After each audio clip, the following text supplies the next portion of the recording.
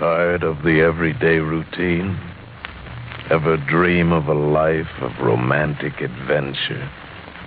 Want to get away from it all? We offer you Escape.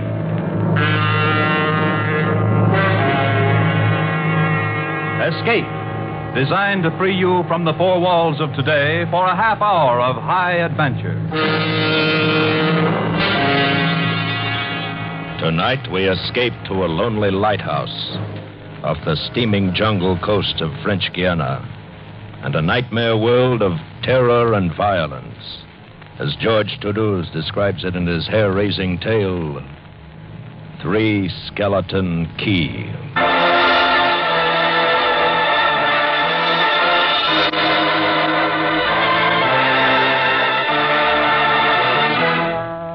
Picture this place. A gray, tapering cylinder, welded by iron rods and concrete to the key itself. A bare, black rock, 150 feet long, maybe 40 wide. That's at low tide. At high tide, just the light, rising 110 feet straight up out of the ocean. And all about it, the churning water. Gray-green, scummed apple, warm as soup, and swarming with gigantic bat-like devilfish, great violet schools of Portuguese man-o'-war, and, yes, sharks, the big ones, the 15-footers.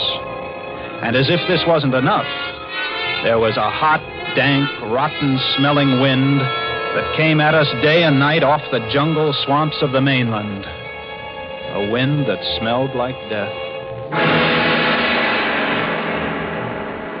Set in the base of the light was a watertight bronze door. And in you went, and up. Yes, up and up, and round, past the tanks of oil and the coils of rope, cases of wicks, racks of lanterns, sacks of spuds, and cartons and cans, and up, and up, and up, round and round. Over the light storeroom was the food storeroom, and over the food storeroom was the bunk room where the three of us slept, and over the bunk room was the living and cooking room, and over the living and cooking room was the light.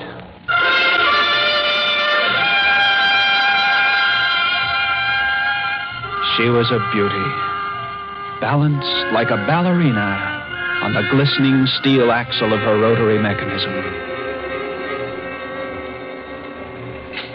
At night, you'd lie there on the stone deck of the gallery with the light revolving smoothly and quietly over your head, easing her bright white eye 360 degrees around the horizon. You'd lie there watching to see that the feeders kept working, that everything ran right. And it wouldn't be bad. The other two fellows snoring in their sacks 2 levels down. You'd smoke your pipe to kill the stink of the wind, and it wouldn't be bad.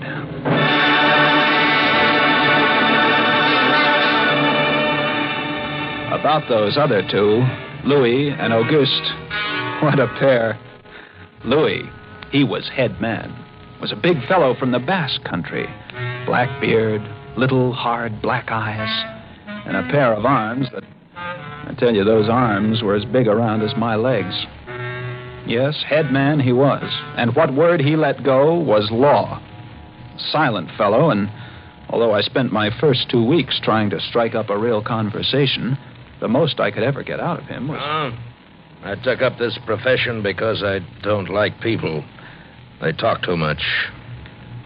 It's quiet work, light tending. Let's keep it that way. You're getting to be as bad as Auguste.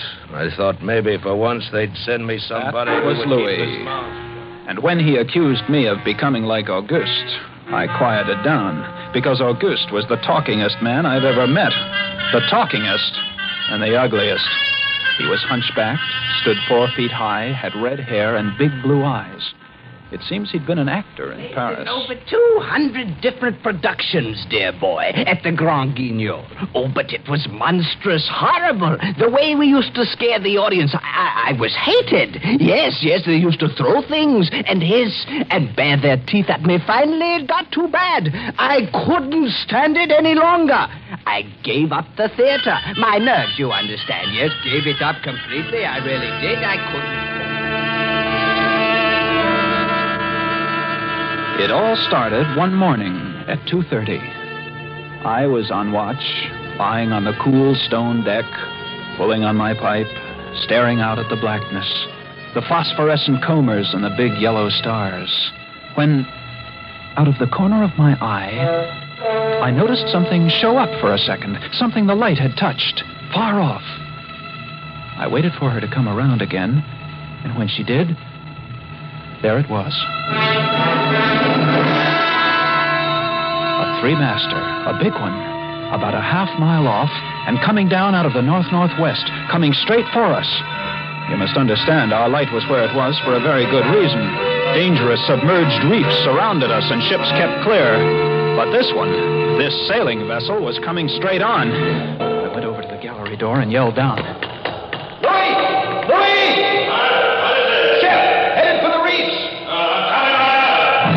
I had the glasses out now. I couldn't read her name, but I could see her quite plainly. All sails set, the foam creaming away under her bow, her beautiful lines. A Dutch ship, I guessed her. Why didn't she turn? Every time it passed, our light hit her with the glare of day. Ship?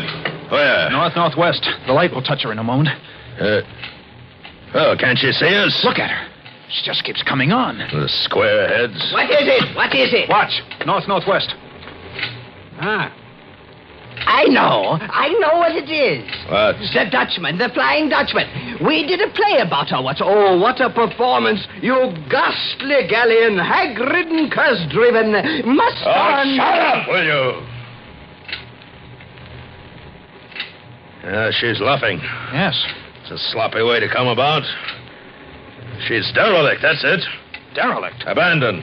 Crew left her for some reason or another. But instead of sinking, she's gone on, running before every wind. She'll not run long. Not with these reefs to break her up. A beautiful ship. Now, why would men leave a beautiful ship like that? She didn't ram us, although we all expected it. But as we waited for the crash, she luffed again, caught some odd gust, and went about. We watched her the rest of those black hours, heeling and rocking, pushed and pulled by every stray wind, every freak current. Watched her until the dawn came, till the sea turned from black to pearly gray. And on she came again, heading for us. We all had our glasses trained on her now. August, you can kill the light. Right, Chief. She doesn't look so good by daylight. Think she'll ground this time?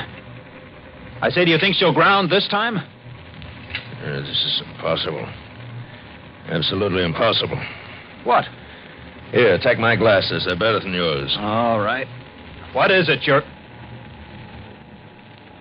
I had to focus.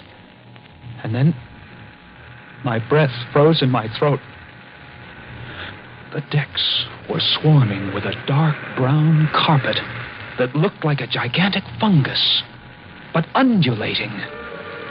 And on the masts and yards, the guys and all, were hundreds, no thousands, no I don't know. An inestimable number of tremendous rats.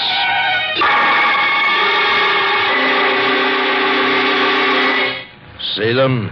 Yes, I see them. Now we know why she's derelict. Yes, now we know. What are you two doing? Here, give me a look. Yes, give him the glasses. Take a good look, chatterbox. Give you something to talk about. She's still heading for us. Yes. If she's going to turn, she'd better turn soon. Suppose she doesn't. You mean suppose she piles up on the quay? It's low tide. Yes, it is. Well, where's all the conversation, August? Huh? Here, you want the glasses again? You want another look? No, No. She's still coming on. Go away! Go away! Turn, will you? Turn, I say! I pray you turn.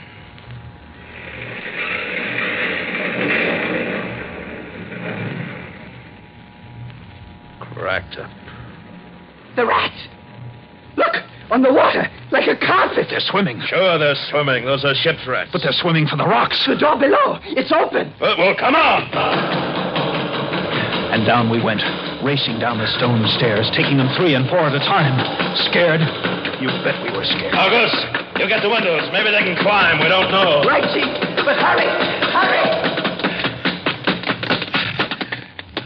Look. You see them? No.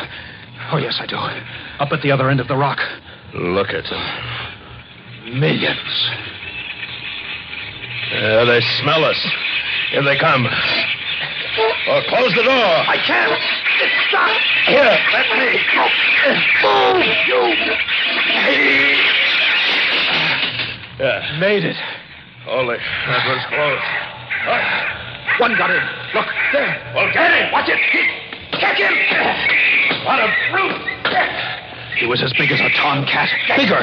And his eyes were wild and red, his teeth long and sharp and yellow. He went for us, starving, ravenous. And we fought him, fought that one rat all over the room. It was, oh, believe me, I don't exaggerate. It was like fighting a panther. I got it. We'd better get aloft.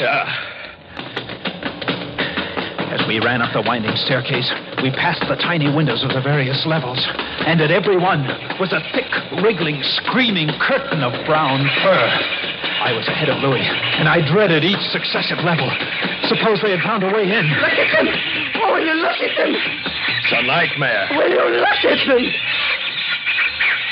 The air of the gallery was thick and fetid with the stink of them. The light was dim, brown, filtered through the crawling mass that swarmed over the glass, all about us. We couldn't see the sky. Nothing. Nothing but them. Their red eyes, their claws, their wriggling, hairy snouts, and their teeth. The rats. They screamed and howled and threw themselves against the glass. They were starving.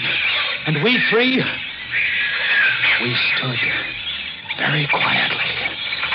Oh, very, very quietly. In the center of the glass room. Under our beautiful light. And we waited. What can we do? What can we do, Chief? Take it easy. Take it easy. I can't. I just can't. It won't do any good to stand here and shake. That's right. Go away. Go away, do you hear me? Go away this instant. They won't go away. Not until... Finish it, Chief. Not until... What? Not until they've been fed.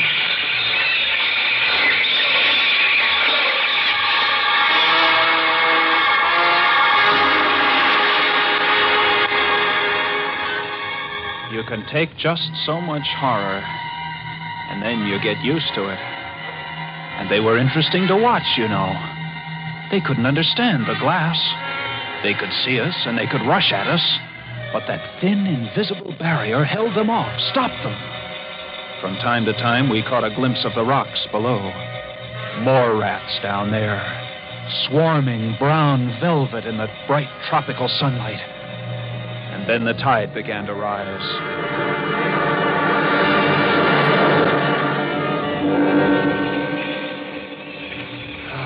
If only it had drowned some of them. Ship's rats don't drown. No, sir. You can't drown one of them. They're all climbing up the tower. This bunch around us is getting thicker. Say, what's the time? 6:15. You've got first watch, Sean. Right. Wake me at 10. I will. Come along, August. It was getting dark. One side of the room was lit a soft, filtered red. Sunset through the rats. Oh, very pretty. I set the wicks, checked my fuel, and then lit the lamp. It caught them, lit them in their gigantic wriggling web of pale, hairless bellies, twitching red tails, bright eyes. And then I started the rotary motor. The light drove them mad. As she swung slowly and smoothly about, she blinded them in the fierce stabbing bar of light, moving continually about, ever turning, ever touching, ever moving around and around. And they, twitching and shuddering, eyes flaming when they were struck by the light, the bright light moving. And behind, on the dark side of the room, so close, I dared not turn my back. But you can't help turning your back when you're in a room made of glass. On the dark side of the room, you couldn't see them, but only their eyes. Thousands of points of blank red light, blinking and twinkling like the stars of hell. And when I came up into the gallery early the next morning, there stood Auguste, his back to me. He was bowing to the rats, waving his arms and making a speech. Dear audience, I am going to play once again that magnificent role which made me the toast of the Paris theater. Prelotti, the evil genius of the medieval underworld. I am he who did guide the dark soul of Maréchal into the nether I stood path. staring at him, horror-struck, but he didn't notice me. The man had gone mad. He kept turning, telling his stories to all the rats, leaving no one out. Auguste! Auguste! Another one, a late comer. Take a seat on the aisle, dear patron. Stop it. Gingeray, the blood-stained monster, was my partner in iniquity. He went on, bowing and Together scraping we to the rats, disemboweled his the big blue eyes rolling and winking, children. his wild red hair Their waving warm about him. blood I grabbed him by the arms and touched his face. He looked at me like a child, and then his face screwed up. He looked as though he were about to cry. Go below. Go on. Oh, very well then. Later, my dear audience, later. Matinee today.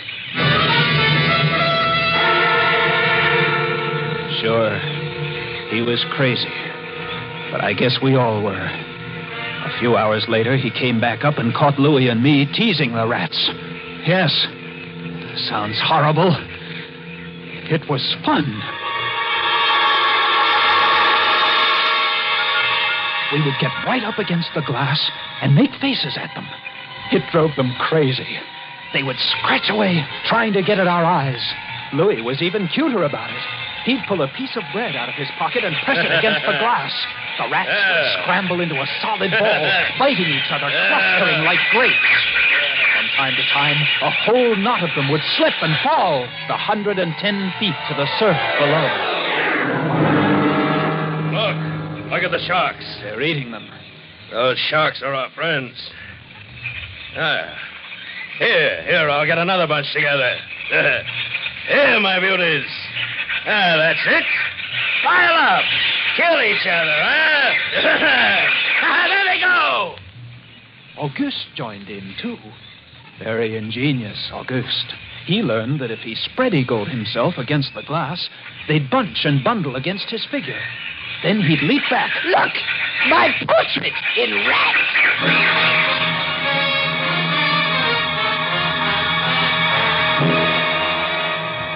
It went on all day. And then I was lying in bed. It was about midnight. I was very tired, and I was just beginning to fall off to sleep when I became conscious of a new sound. I couldn't figure it at first. I got up, lit the lamp, and went to the window.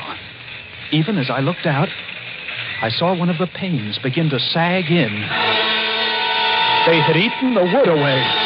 Louis, come quick! What is it? They found a way in! I held the glass with my hand. Now they were all going crazy, and assured of the success of this maneuver, were all nibbling away at the wood. Louis ran below and then returned with a large sheet of tin. We spread it against the window and hammered it into place. Even as we did so, we felt the heavy bodies thudding against the other side as the window gave way. There. That ought to hold. If it doesn't, we're done for. Rats can't eat tin. No, they can't. But what was that? I don't know. Came from below. The storeroom window.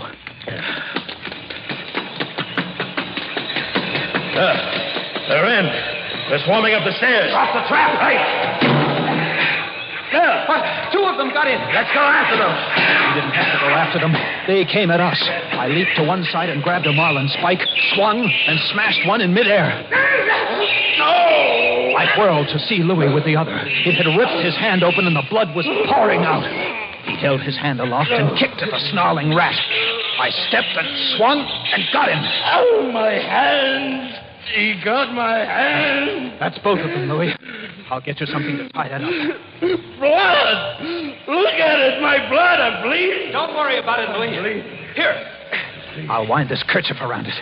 It'll be okay. There. Here, that's not bad. Just the flesh. And then I became conscious of a new sound. They were gnawing their way through the wooden trapdoor. I watched the wood, fascinated. And even as I did, it began to give way. And a bristling, whiskery nose showed through. Louis, we've got to go up!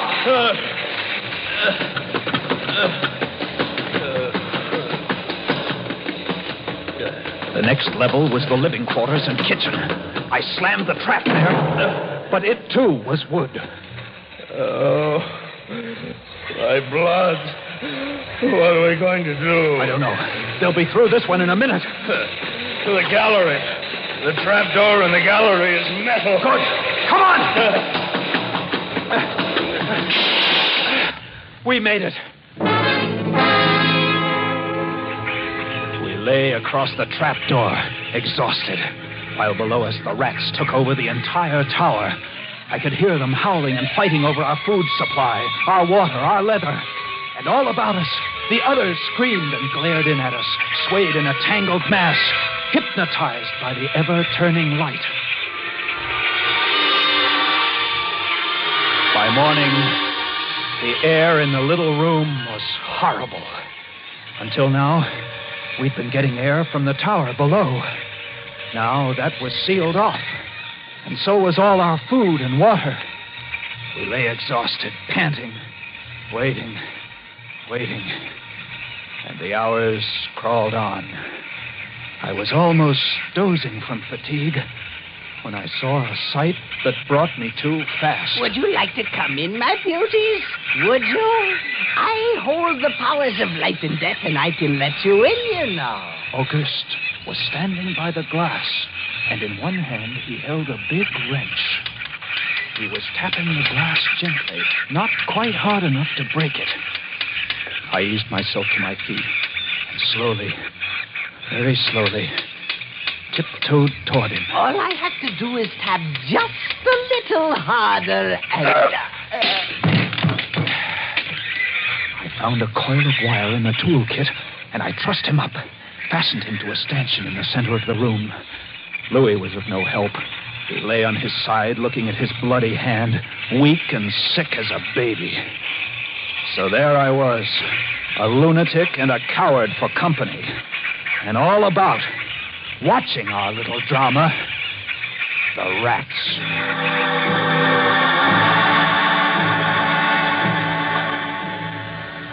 The day dragged by. The supply boat wasn't due for another 12 days. I don't know what they could have done if they had come. And we had only one way of summoning them. That was to shoot off distress rockets. But the rockets were 4 floors below. And even if they'd been right there in the gallery, I couldn't have opened a window to fire them.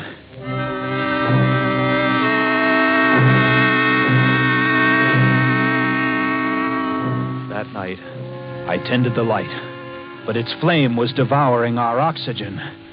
The following day, we lay thirst-tormented, starving, waiting. And the following night, I again tended the light. But the small supply of spare wicking we kept in the gallery had become exhausted. And quite suddenly, at about midnight, the light went out. There was nothing I could do. Wicks were stored 3 levels below. Nothing I could do. Nothing. From time to time, I'd strike a match to see the clock. And when I did, it lit up the million red eyes about us. All about. Watching. Waiting. Below, it had grown quiet. They'd cleaned us out, and now they, too, were waiting. All waiting. And then, the rats, quite suddenly, were silent. And then I heard it.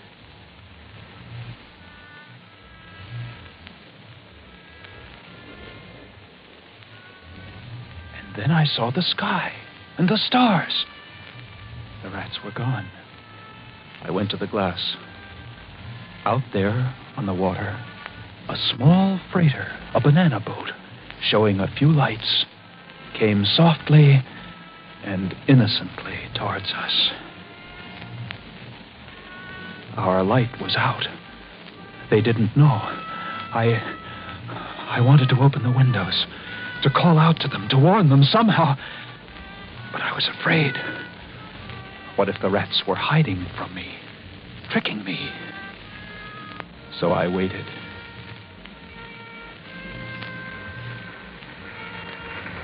She grounded very softly on a reef not 200 yards from the quay. Grounded so gently that the man playing the cornet, was he a passenger, crewman, off watch, didn't even stop playing. They tried washing her back off. I could have told them to save their fuel. The tide was rising, would have floated her free. And I waited.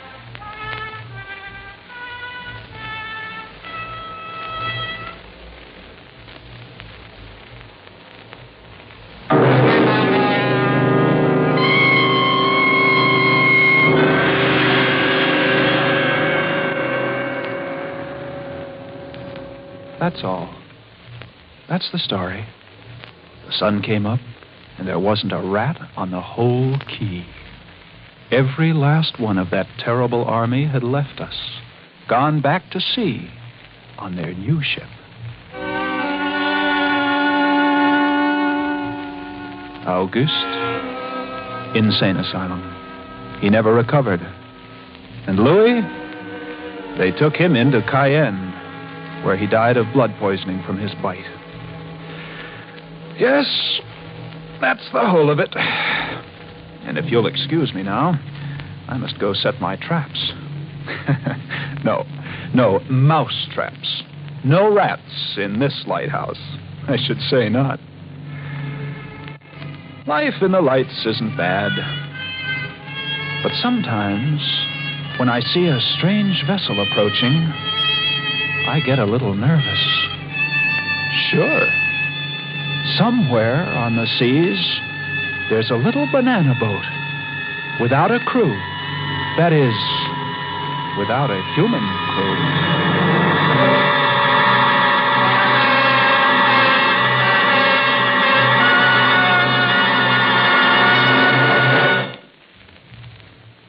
Escape is produced and directed by William N. Robeson. Tonight we have presented Three Skeleton Key by George Toulouse, adapted for radio by James Poe. Featured in the cast were Elliot Reed as Jean, Bill Conrad as Louis, and Harry Bartell as Auguste. Special music was arranged and conducted by Del Castillo. Next week. You are standing on the deck of a ship headed on an illegal mission to Central America. Before you, holding a gun in your stomach, is a desperate man who has just given you the choice between being killed or becoming a murderer yourself.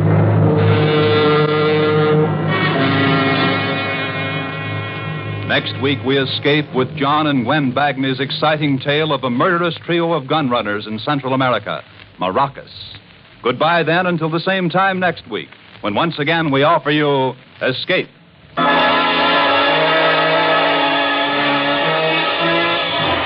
Stay tuned now for Life with Luigi, which follows over most of these CBS stations. This is CBS, the Columbia Broadcasting System.